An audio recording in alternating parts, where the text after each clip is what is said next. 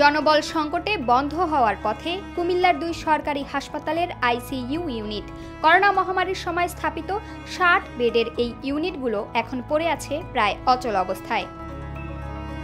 খোঁজ নিয়ে জানা গেছে 2020 সালে স্থাপিত কুমিল্লা মেডিকেল কলেজ ও জেনারেল হাসপাতালের এই ইউনিট দুটির জন্য emergency response and pandemic preparedness প্রকল্পে নিয়োগ পাওয়া চিকিৎসক নার্সরা 8 মাস ধরে বেতন পাচ্ছেন না। ফলে 150 কোটি টাকার আইসিইউ যন্ত্রপাতি এখন অচল। আমাদের যখন আইসিইউটা চালু করা হয়েছিল তখন যে প্রজেক্টটার আন্ডারে চালু করা হয়েছিল ইআরপিপি প্রজেক্ট, সেই প্রজেক্টের আসলে অর্ধেক জনবলই আমাদের নেই। সেখানে 3 জন ডক্টর, 4 জন নার্স এবং 6 জন হচ্ছে তৃতীয় চতুর্থ শ্রেণীর কর্মচারী, অর্থাৎ যারা আসলে কেয়ার গিভার হিসেবে এখানে কাজ করেন। তো তারাই আসলে প্রেজেন্ট না থাকার কারণে আমাদের এখন অর্ধেক লোকবল নিয়ে আমরা চালাচ্ছি এবং অর্ধেক বেড আমরা সেবা দিতে পারছি। তো সে কারণে 10টা বেড চালু থাকার কথা থাকলেও আইসিইউ হিসেবে আসলে চলছে এখন 5টা বেড। এদিকে প্রায় বন্ধ আইসোলেশন ইউনিট। করোনার নতুন ঢেউয়ের আশঙ্কার মাঝে এমন অবস্থায় উদ্বিগ্ন নিম্ন আয়ের সাধারণ মানুষ। নিম্ন আয়ের মানুষ কিন্তু এই সরকারি হসপিটালগুলোতে আসে।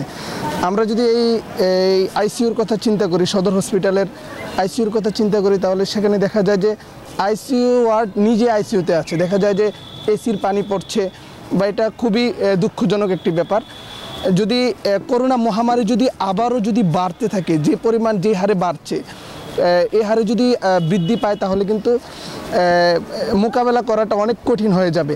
হসপিটালের ভিতরে টুপটুপ করে পানি পড়তেছে, আর যে হিসাবে এখানে বেড আছে আইসিইউতে, ওই হিসাবে আসলে ডক্টর নাই। ঠিক আছে, ডক্টরের কোনো নাই ওই হিসাবে। এখানে আরও এখানে ডক্টর বাড়ানোর দরকার, আর ওই যে পানি পড়ে ওগুলা ঠিক করা আমার মনে হয় যে এগুলো জরুরি দরকার।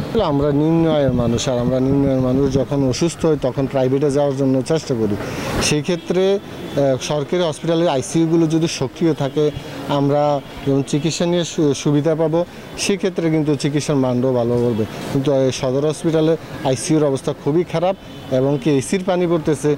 আইসিইউর অবস্থা এখন খুবই শোচনীয়। দ্রুত সমস্যার সমাধানের আশ্বাস সিভিল সার্জনের।